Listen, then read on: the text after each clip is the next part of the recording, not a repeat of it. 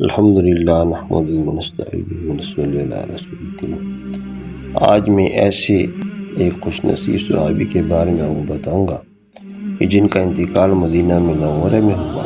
فرشتے ان کے جنازے کو لے کر تبوک پہنچے اور نبی کریم صلی اللہ علیہ وسلم نے جنازے کی نماز تبوک میں پڑھی۔ حضرت معاویہ بن معاویہ لیثی انصاری رضی اللہ عنہ کا انتقال مدینہ میں ہوا۔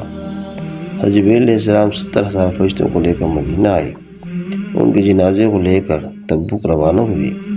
آپ صلی اللہ علیہ وسلم نے اور صحابہ کرام نے جنازے کی نماز تبوک میں پڑھی اور جنازہ واپس مدینہ لایا گیا اور تدفین بقیع میں ہوئی۔